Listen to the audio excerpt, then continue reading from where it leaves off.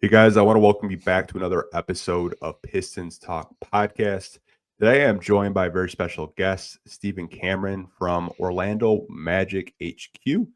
Stephen, thank you so much for making the time today.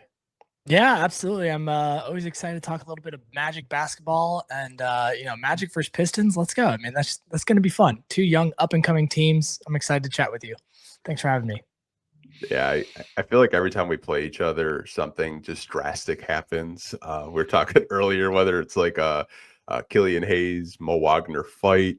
I feel like Pistons Magic are always just like really entertaining games. Yeah. And there's a lot of history between the two franchises too, because, it's like, Stan Van Gundy both coached both these teams.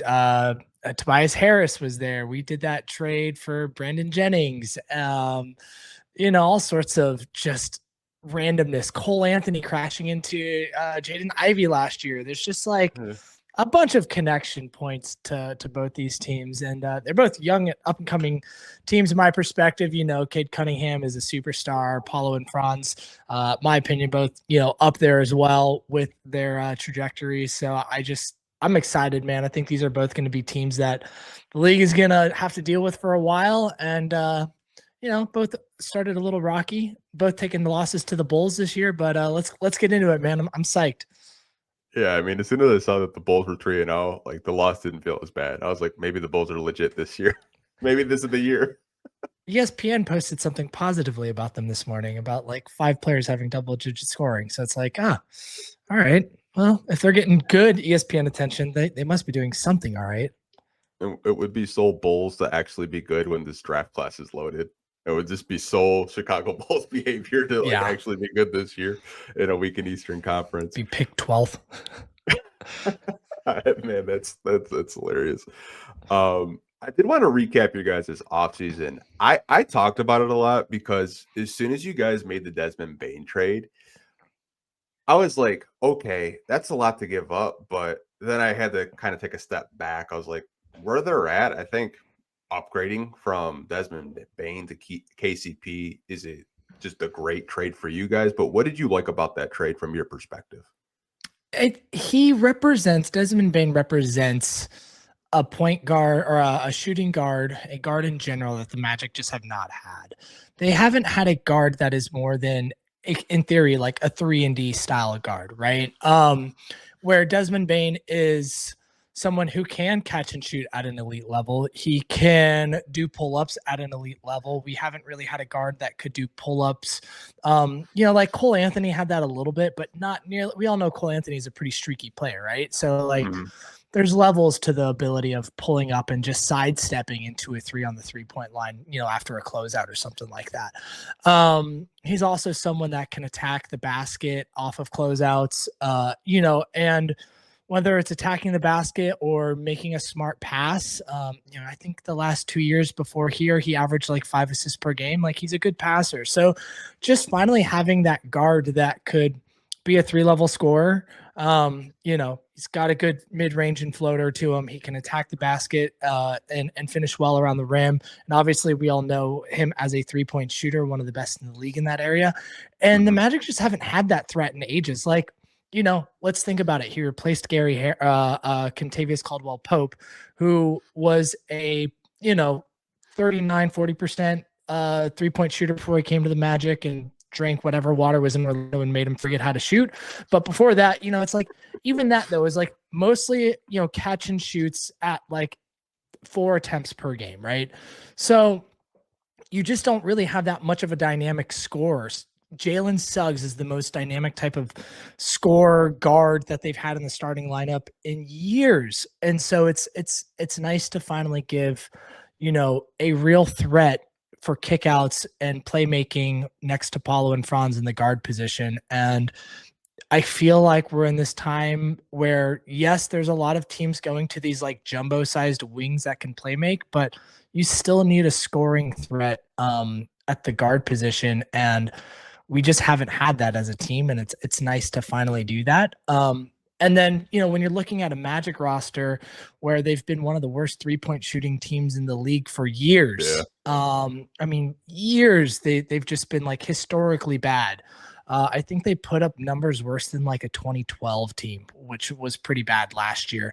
To then go out and get, some would say top 2 or 3 3-point shooter in the league at volume it just is a way to solidify that they are trying to, strengthen their weaknesses. The Magic last year were one of the worst 3-point shooting teams in the league and one of the worst offenses in the league. And so to go get a really skilled offensive shooting guard, it just made too much sense, in my opinion. Yeah, I know. Like when I saw the KCP thing, I was like, they're gonna experience just the full KCP ride. Like when he's hot, it seems like he can't miss, but more often than not, he's such a streaky shooter. Like I feel like if he's like a fourth option, like on a championship level team, Yeah. you probably don't notice him. But like the way that you guys were using him, I was like, I don't know if that's actually going to last long term. I'm scared of Desmond Bane because he's a Pistons killer. Every time he sees the Pistons, he goes off. I mean, you could pull up some of his Grizzly. I think the last time the Grizzlies played the Pistons, he had 40. And that's probably because we promised to draft him and we didn't. And every time, like, he just goes off. But I do really like that pickup for you guys. It's been paid off pretty well. I mean, I know the Magic season has been pretty rocky so far. They're 1-3 with their only win versus Miami Heat in the home opener. But like, and they're still very figuring out their offense. Like we can get into that a little bit later if you want to. I'm not going to dive into that unless you want me to. But Desmond Bane, while still figuring out where his shots are coming from and how this offense is all connecting, he's still been like really positive. He's had 2 games where he scored 23 and 24 points. The other 2 games, he scored 14 and 15 points. So he's being effective. His 3-point shooting is, I'm not too worried about it. It hasn't been lights out yet, but it also hasn't been awful either. He's gonna find out. I'm not worried about having KCP who shot 2 years 40% from 3 coming here and then shooting like 29% or 32, whatever he ended his year at, to having that happen to Desmond Bane, where there's a joke around Magic media and Magic fans where it's like you join the Magic and you forget how to shoot. I'm not really worried about that with Desmond Bane. He's just a different level of shooter.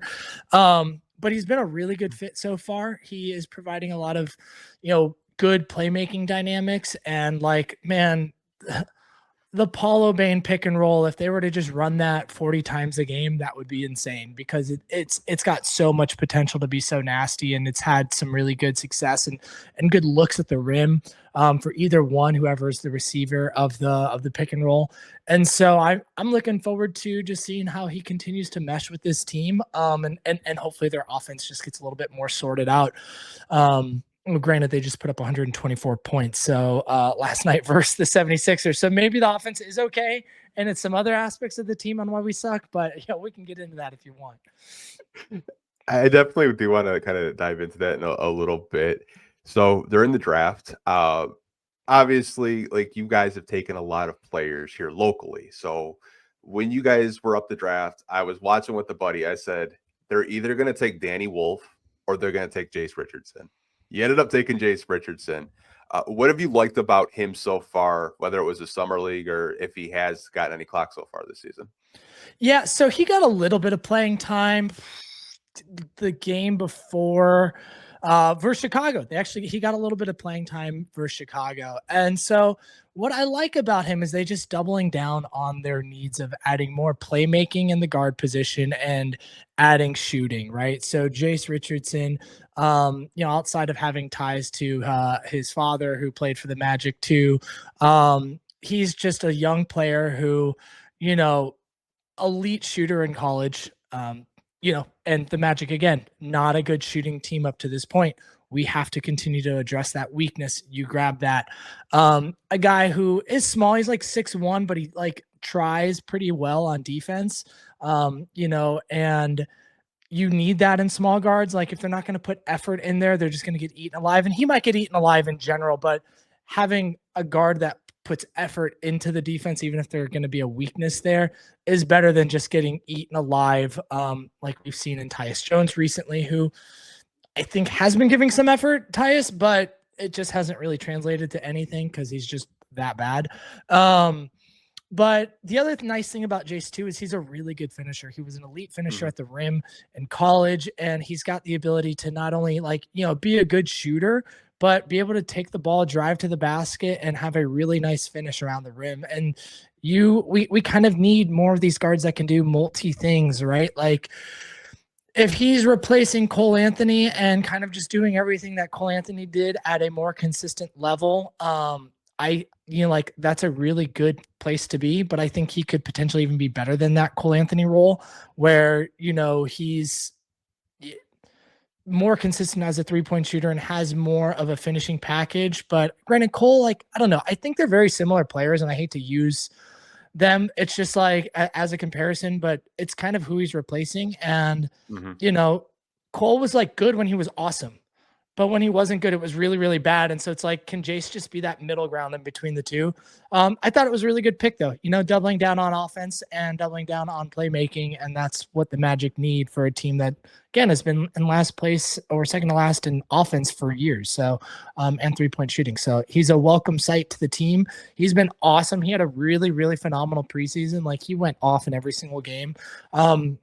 And Tyus Jones has been struggling with the Magic. He did get subbed out for Jace during the Bulls game in the second half in game 3. I wouldn't be surprised if he is starting to get more rotation minutes in the future with Tyus continues to struggle.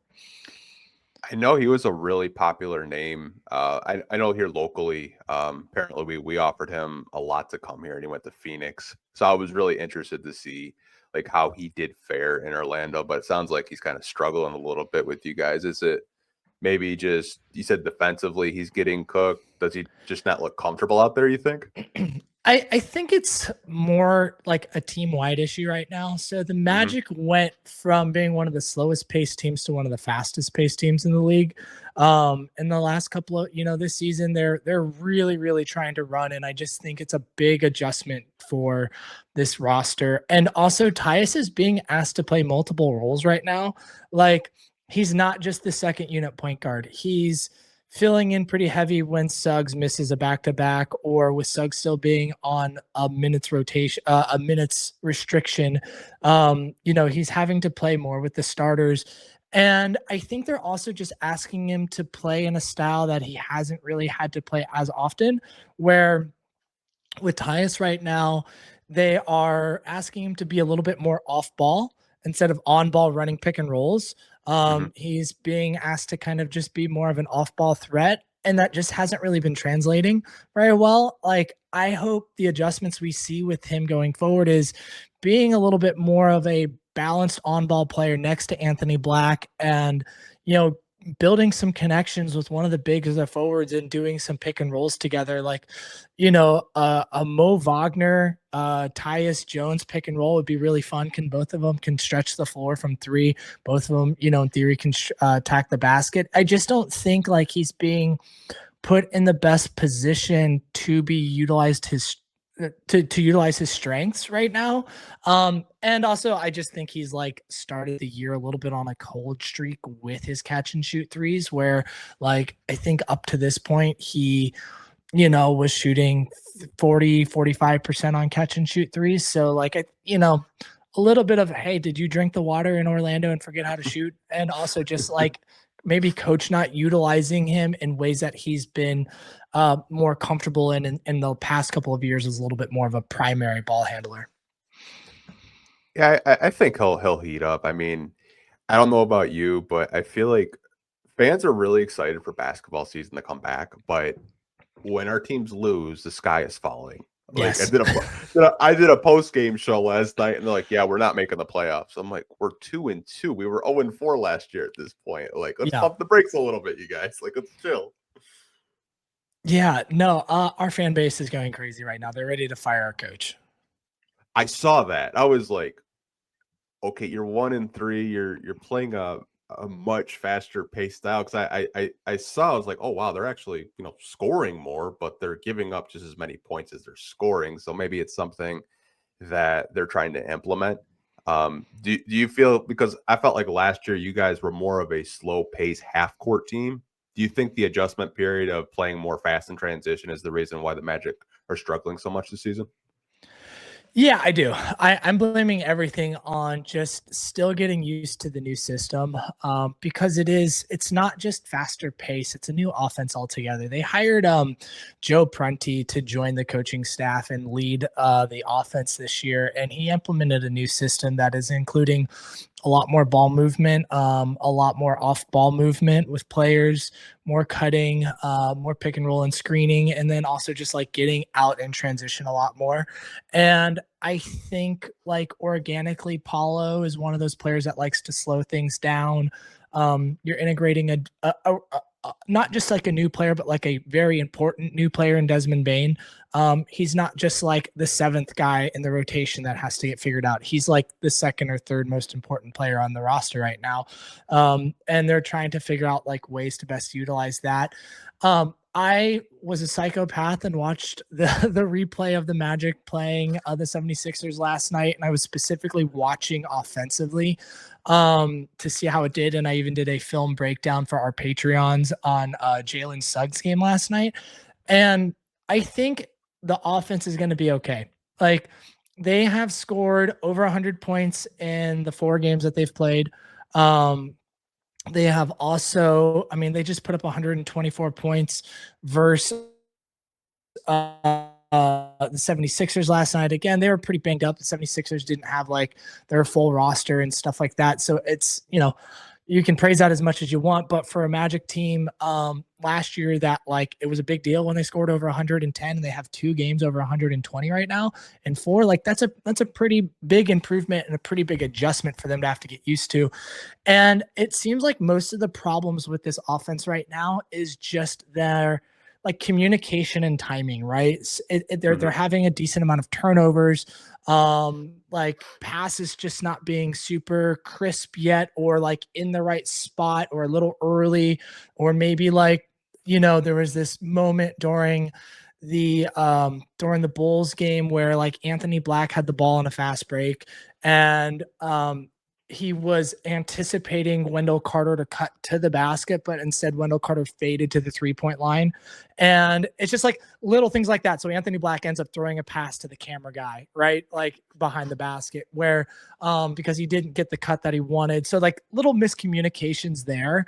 And I think a lot of that stuff is going to get worked out. And even last night, it started to get worked out. Going into the third quarter last night, the Magic were 35% 3-point shooting. They ended the game at 32%. So we're starting to see some positive results. They also only turned the ball over versus 76ers like 13 times compared to like 20 in the games prior, where like if you're turning the ball over 20 times, it's probably not just the defense that you're seeing that's causing you to turn the ball over. It's also probably just like this early in the season, like communication issues. So I think that will settle in. Where I am a little bit more concerned is on the defensive side. I think this team will be a good defensive team. I'm wondering if they're going to go back to being an elite defensive team. They're having a hard time getting into their sets in time at this faster pace of play. And granted, they've also played a couple of teams that really want to run, like the Bulls, like the Hawks. Those are teams that want to run the ball right now. I mean, even Miami wanted to, like one of their offseason goals was to speed up the offense. And so I think they've been having a hard time getting in front of the offense and getting into their set. But I also think, and people are going to laugh when I say this, but like we lost Gary Harris and we lost Kentavious Caldwell-Pope this past summer. And those were 2 players that could handle point of attack defense. And you replace them with Tyus Jones, who is not a defender whatsoever when it comes to point of attack defense. You replace that with Desmond Bain, who's a good defender, but he's not really who you want as a point of attack defender. Like he can hold his own against certain guys, but like you can't switch him onto like threes, like he's just not going to be able to handle that. And I think it's causing them to like, not be able to slow down the perimeter attack enough before the ball is getting penetrated and towards the rim. Like they're not helping their centers out at all. Their centers are having to do so much more because they're not able to reduce. And when you consider like Jalen Suggs is on a minute restriction and also not playing back-to-backs, it's putting a lot more workload on someone like Anthony Black, who's like, okay, your only real point of attack defender in the guard rotation. So it's just, I think it's going to take them a little bit of time. I'm hopeful they will land somewhere like, between 8 and 10. I'm wondering if they might actually have to slow things down quite a bit pace wise and like maybe try and land middle of the pack of the league in pace to kind of maybe stay in top 5. I don't think this is going to be a bad defensive team. They have been bad to this point. I don't think that's where they're going to land. They didn't just forget how to play defense. Yeah. But it's been a struggle so far. And I think a lot of it is just getting used to this new pace of play that they're playing and like having one or two less capable point of attack defenders in the guard wing positions. I mean, you could be exerting so much energy trying to play fast. And then when you try to get back defensively, it's just that too. You might not have as much energy. I'm not really like from an outsider perspective, you guys have so many versatile defenders, which I'm not really like too worried about it. But I always felt like when you guys needed to slow down the pace, you could just pass the ball to Paulo. Sometimes I say Pablo on accident. Paulo Banchero. Yeah, I'm a low block. I feel like he's a really good, just low block type of player you could dish the ball into the post. But I mean, it's October.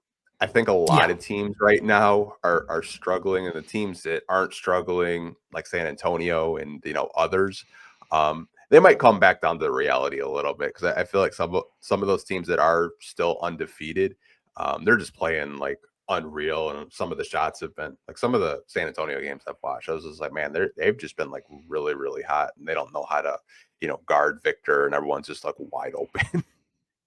Yeah, I mean, I don't expect this match. I mean, they're 1-4, or sorry, 1-3. I don't expect this Magic team to be a bad basketball team like they have been to start the year. Like, they're going to settle into their offense. They're going to settle into their defense. They're going to hopefully start running a million pick and rolls with Franz and Bane and Paulo and Bane and, Bane and Wendell Carter. Like, just the more pick and rolls I think you can get running with and dribble handoffs with Bane, I think the better. And it's starting to come. I think it's starting to get there. And then obviously, like, when Suggs can play 32 minutes a game again, and you get someone like Mo Wagner back, who was a really nice bench scorer for this team, like, it really just increases the depth in general for this roster. And I'm looking forward to it. It's been interesting to see certain guys like Jonathan Isaac not be a consistent in the rotation. So I'm interested to also see, like, where does he land? Like, is he someone like at the deadline where we might make him a trade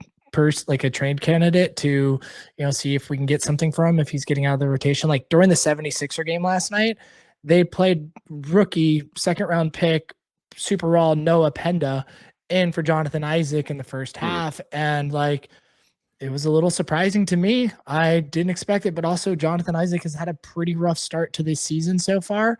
And last year was also pretty rough for him too. So it's going to be interesting to see how some of these roles flush out a little bit more. And also, like, I mean, we're way too early to be talking about deadline, but is this team going to like be in a position where they want to make a move at the deadline? I don't know. I'm pretty optimistic that things are going to be okay. Like, as I was really sitting back watching the game film last night at a slower pace and could pause and rewind plays and things like that, I was really encouraged with what I was seeing, even if it didn't always lead to a positive result, to where it's like, man, I bet in like 10 games or like 5 games when we get to like game 10 or 15 in the season, like, I bet this offense is going to look sick. And, hopefully the defense is competent enough to complement the offense enough, because we haven't had it's been the opposite before. So I'm looking forward to seeing the rest. I did want to ask you one question about expectations. Sure. I know there's a lot of expectations from like the national media. Like I see like the Magic as high as like the 2 seed. I've seen some people saying they're up there with the Cavs. I mean, what are your expectations with this team? Is it, Eastern Conference Finals? Is it trying to, get out of the second round? Good question. So first off, like, I want them to finish with a home court advantage in the regular season. I want them to be a top 4 team. I don't really care personally if they're like the 3rd or the 4th seed. Just secure home court, because we know that is such a big deal, particularly for this Magic team. And then in the playoffs, like I would love for them to get to the Eastern Conference Finals, but I think more realistically, like getting to the second round and having a really good second round is positive. You know, if they're matched up versus the Cavs or the Knicks and they go 7 games in round 2 or 6 and it's really competitive, like that's probably a successful season, right? For a team who's not gotten out of the first round since Dwight Howard, and has only been to the playoffs 4 times since he's left, and they've all been, you know, exits pretty quickly outside of the Magic Cleveland series 2 years ago. But you know, at the same point, if they're getting matched up versus like a Miami or, you know, no disrespect, but even like a Pistons in the second round, like I want them to be the ones getting out of the second round. And if they don't, versing those types of teams, I'd be pretty disappointed because, you know, they have put so much effort and energy into making this team get to the next level. And it really just kind of depends on who they're playing in the second round. But like, I will have different expectations versus like depending on the matchup and also like the state of the team. But I'd say like, you know, second round is the minimum. Getting out of the second round would be really nice depending on who they're matching up. When you're thinking about this team and our matchup versus the Pistons, I mean, the Pistons and the Magic are going to see each other 4 years. Like, what are some of the things that come to mind on your side as far as matchup wise? Sorry for me to like flip it on you, but I'm interested to hear more. Like, I want to hear some Pistons talk. I'm honestly like anytime we play the Magic, the one thing that always just red flag on my mind is your front court, because I feel like you guys are a very big team. I don't know if Tobias Harris can hold off a Paolo Banchero. Like I'm telling you right now, I could easily see Paolo go in for 30, 35 tomorrow. Maybe he gets his shot right. Maybe the Magic come to Detroit and, you know, they're firing on all cylinders. I like our transition defense has been atrocious. It's 26 turnovers against the Cavs last night. We missed 19. We missed 19 straight shots in the first and second quarter combined. It was just a really, really tough game. Our floor spacing right now is non-existent because Duncan Robinson is miscommunicating. Asar Thompson has been miscommunicating just on like simple things like pick and rolls. It's the Magic to me. I feel like it could be a get right game for them where, you know, they're feeling pretty confident. They're feeling you know, hungry to get a win, get back into the win column. And it's a Detroit team that probably played their worst basketball game of the season so far. So I'm very worried about Paolo. I'm very worried about your front court, the bigs that you have, Wendell Carter, because I always feel like that's the one weakness of our team is that. And we lead the NBA right now in fouls. So where are the guards at right now? I know I'm pulling up your last box score to kind of just see who is even there. Is Jaden Ivey back yet, or was there something? Did he have a hiccup in the offseason? So Jaden Ivey had a right knee arthroscopic surgery. Oh, that's right. So he's missing like the first month, right? He'll be reevaluated in 3 weeks, but most cases like maybe December if we're lucky. That's something I was like going to pull out where it's like, you know, if Cade Cunningham and Ivy are still also like are still playing next to each other. So like, I guess they're playing who are they playing next to him? Duncan. Yeah. I'm not too worried about Duncan. Like I've never really been a big Duncan Robinson guy. Maybe that's because he played for Miami for so long and I just don't like Miami. But you know, Cade's always someone I'm going to be worried about, you know, like with this Magic roster, especially if, you know, one of our guys is having to like pick up Asar Thompson or something like that. It's just Cade is a beast. They're probably going to stick Jalen Suggs on him. And hopefully probably switch you know, Franz Wagner, like Jalen and Franz are probably going to be the ones trying to pick him up. I guarantee you guys are going to try and get switches for him to be on top of Desmond Bane, which, you know, then you can attack him a little bit more. It's also going to be interesting, like, because this is a team that's more guard like focused or guard strong with Cade. Will the Magic, like typically with Suggs being on a minute restriction, they'll bring in Tyus a little early instead of bringing in Black. I wonder if instead they bring Black in to play with the starters instead of Tyus, with just to double down on defense a little bit. If Cade is still in the game, I'm interested there because he's someone that like scares me a bit, and he's a really good player. And also like Wendell Carter is an up and down player physically. I'm like, is Beef Stew just going to dominate him? I don't know how he's looked, but I just feel like, he's such a physical player, and will just kind of push Wendell Carter out of the way. I wonder how that would work. I guess Beef Stew's playing more with the second unit, is he? Yeah, with him, he does play with the second unit, but JB is not afraid to play him more minutes than Jalen Duren. I think that's kind of his safety blanket off the bench, sure. And he's shooting more this season than he did last year. He's shown the ability to just stretch the floor. He's actually a pretty good, kind of an under the radar 3-point shooter, but I think your defenders actually kind of worry me just because the lack of floor spacing, and we don't have a secondary ball handler because Karis LeVert is still injured. There's no Marcus Sasser. We're playing a two-way guy in Donis Jenkins, who's a hell of a player, but I mean, he hasn't even played a full 20 NBA games yet. So you would probably see a lot of Asar Thompson, and he's still very raw in terms of just jump shooting. But I mean, it's really hard to stop him. The game he's such a good defender too, though. He's a good defender. He's versatile. He crashes the glass. So, I mean, it's probably going to be Cade Cunningham and Asar Thompson bringing the ball up to court and initiating everything tomorrow. Where do you see Asar as far as like, is he playing like the wing position for you guys right now, like a 3?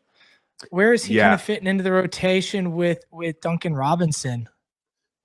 Yeah, so he's playing the 3 right now. In terms of like the Duncan Robinson question, Duncan is just trying to come off DHOs or just motion, but there's been so much miscommunication on his part where he should be over in the corner, like spreading the floor, and there be situations where the lane is just clogged and Cade has to make something out of like 5 seconds.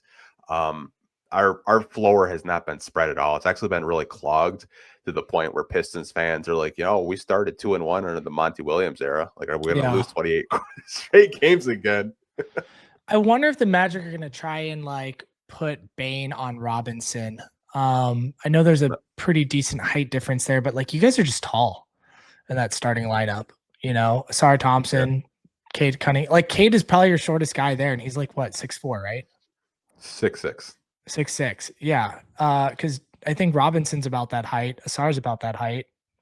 Like you guys are just tall, and we're gonna have, Jalen Suggs 6'2", 6'3". Maybe Jalen Suggs is more like 6'4". Then you have Bane, who's like 6'2". So it's going to be interesting where they put Bane on and with such a big starting lineup. I bet they're going to hide him on Robinson is my guess. I would guess so too. He's just had a really difficult time getting his shot off. Yeah.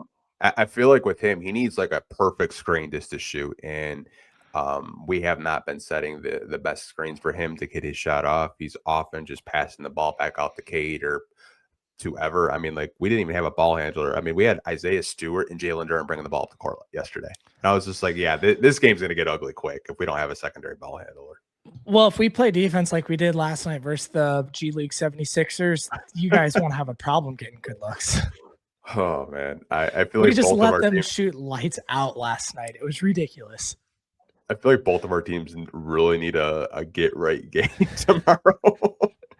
Who is it going to be? Hopefully it's just like a good game in general, and it's close, and whoever wins, it's just a close game. I always prefer close games and blowouts, but yeah, they need a get-right game. But I like you, and I want you to also feel good, so... Yeah, it sucks that you can't have ties in the NBA, but that would be wild if there were like ties in the NBA because it would it would screw up the seating so bad. I did want to ask you one question. Well, I appreciate you making the time, like super last minute. But I want to give you the floor to plug and promote whatever you're working on with Orlando Magic HQ, maybe your social media, if you do have any, if you want to plug it, floor's yours. Sure. Yeah. No, you can find all our work at orlandomagichq.com or Orlando Magic HQ on Instagram and Twitter X. If you want to find me personally, you can find me at Steven Magic HQ. Steven STEPH Magic HQ. But also just look for some retweets or something like that or an @ on the Orlando Magic HQ stuff. Check that out. And I do everything from a weekly show where it's all interview based. And then I'll write some articles and I put up a lot of content for our Patreon program that we offer, from like film breakdowns to schedule breakdowns and things like that. So anything Magic related, hit me up. I love talking ball, whether it's on the timeline in the DMs or on a podcast. I'm always up for a good chat. I appreciate making the time. Love that you guys do all that work. It's cool to see like-minded basketball sickos like myself. I love it. It's fun for sure. I just want to say too, like, I'm a big fan of the Pistons. I always kind of have liked them from afar. Was a big fan of them in the 90s, obviously with Dennis Rodman and like the Bad Boys Pistons era. That was super fun. I had a cousin who grew up just outside of Detroit, and so like obviously like seeing him and hang out with him put Pistons on my mind a lot as a really good, as a really like little kid. And then just all the different connections that these two teams have had over the years. It's fun to see like good things happen to small markets too. And like, I love Cade. I was so high on Ivy during that draft too. I wanted one of the twins on the Magic's roster, and just like, some of the coaching connectivity that the teams have had. I think this is a really cool team that you guys are having. I'm just psyched for you in the franchise. It's like all the Pistons fans, like, you guys deserve good things. And like, I'm also a sicko. I love Blake Griffin, and those Blake Griffin years were super fun before he like broke down. Like, I love Griffin's one of my all-time favorite players. So it's like, it's fun to just like kind of like have had little ties to your franchise. So like, Pistons fans, like, I want to beat your all's ass tomorrow. Excuse my language, but I need the Magic to win. But at the same point, like, I want good things for your team the rest of the season. So thanks. I'm sure a lot of Pistons fans watching this will be rooting for the Magic when we're not playing you, because there's a lot of players on your roster that went to University of Michigan, went to Michigan State. So we're always rooting for Franz and Mo and Jace up here. Big University of Michigan team over here. So helps when your owner's from here. Yes, that's true. I didn't even talk about that. So nice. No, I mean, there's so many like connectivities, like JB and Jamal Mosley known each other for 20 plus years. Yep. Didn't even touch on the Grant Hill for Ben Wallace and Chucky Atkins trade. That's for the next time. For sure. We'll see you guys on the post game show, but really enjoy you coming on, Steven. See you guys later. Take care. No problem. Have a good one. Thanks for having me. Peace.